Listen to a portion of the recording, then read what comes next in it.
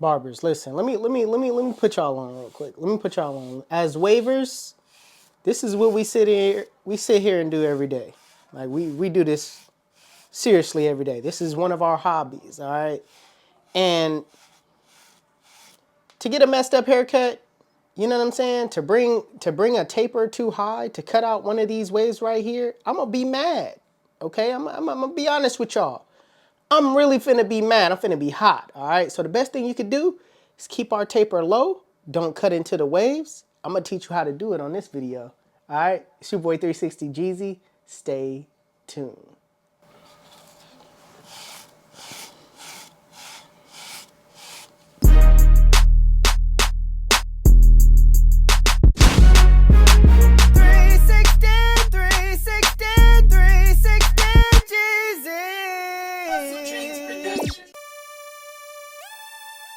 Where you get your beats?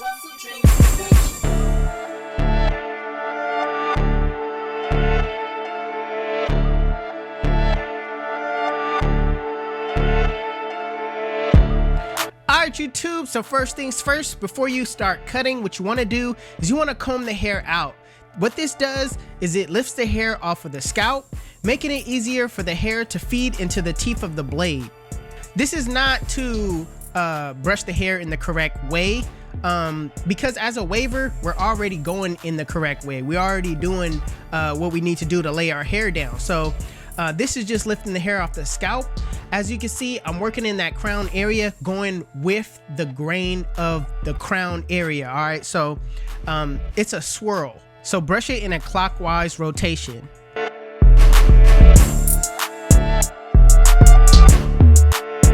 So my client wanted a 1.5 on the top, so I went ahead and grabbed my Stylecraft Instinct clippers with the one guard with the lever fully open, all right? And I'm going with the grain of his pattern. So during the client consultation, you want to make sure that you check with your client and just see if he has any cowlicks, because that's going to be the determining factor if you gouge him in the front line or not. Some clients, they do have that cowlick in the front. So what you want to do is just ask, hey, you got any cowlicks? While you're combing, check.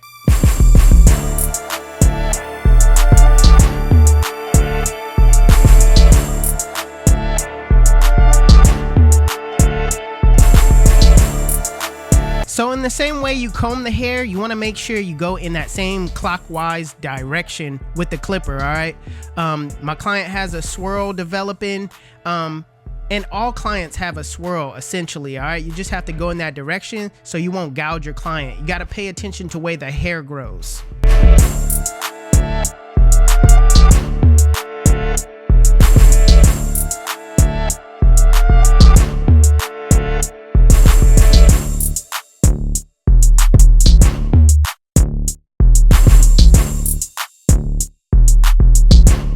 So starting on the taper, I like to use my Babyliss FX trimmers to set in my bald line. Now these are not my hitters, all right? These are my child clippers to where I can use on children, and this is not gonna set in a harsh guideline. What this is gonna do is gonna set in a bald line well enough so you can take it out.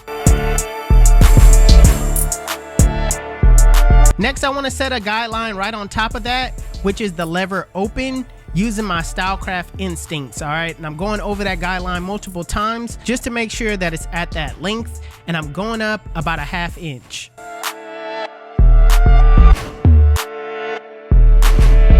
So with the one guard, with the lever open, I'm gonna set in my next guideline, but I'm not gonna set it in the same way I set in my lever open, all right? I'm kind of flicking out, because this is basically the highest guard that I'm gonna go with. I'm not gonna cut into the waves at all. I know wavers want to keep their waves as closest to the shoreline as possible, but knowing that my client still wanted a visible taper. So now with the lever fully closed, using my zero guard in a flick out motion, I'm flicking out that middle line. I'm using my corners the entire time.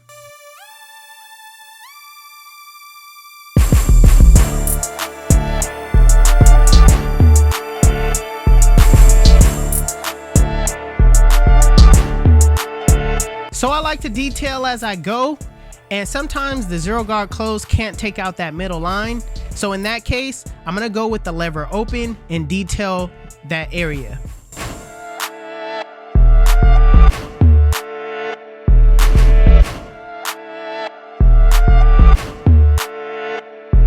With the lever fully closed in a flick out motion, the same way I took out that middle line, I'm gonna take out that bottom line the same way. And also, if I need to go up any more, I'm gonna adjust the lever as I go up.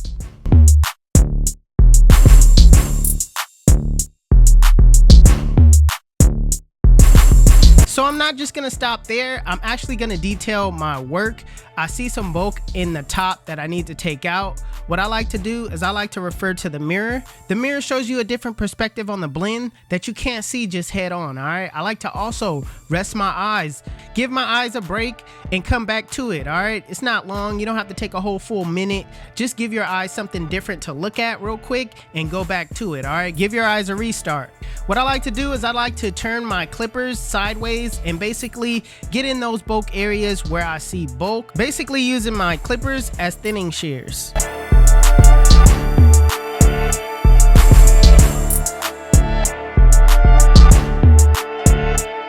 So when it comes to doing the taper in the back, I use the same exact steps. I go in with a bald line. I don't set it directly in. I mainly go upward.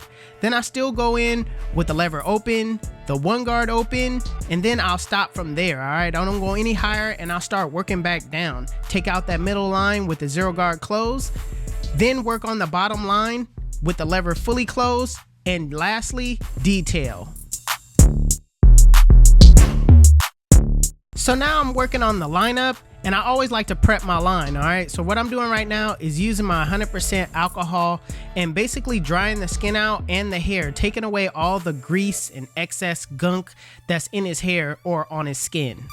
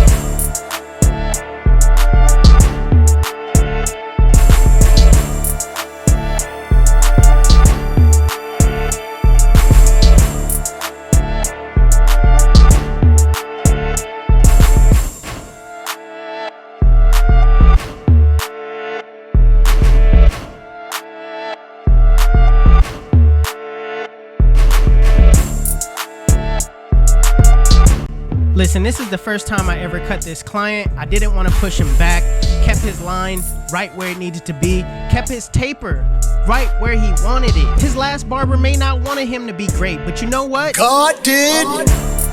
YouTube, this is the cut. And if you like it, make sure you give it a thumbs up. If you're new to my channel, please hit that subscribe button. Also, Hustle Dreams Production, that's my brother, he does all my beats. His YouTube channel will be linked in the description below. Make sure you guys go give him a follow. Also, if you want to know where you can find any tools that you've seen in this video, links will be in the description below. Otherwise, you guys can follow me on Instagram and TikTok. My TikTok is official360Jeezy and my Instagram is 360Jeezy. But it's your boy 360Jeezy, and I'm out of here. Chit.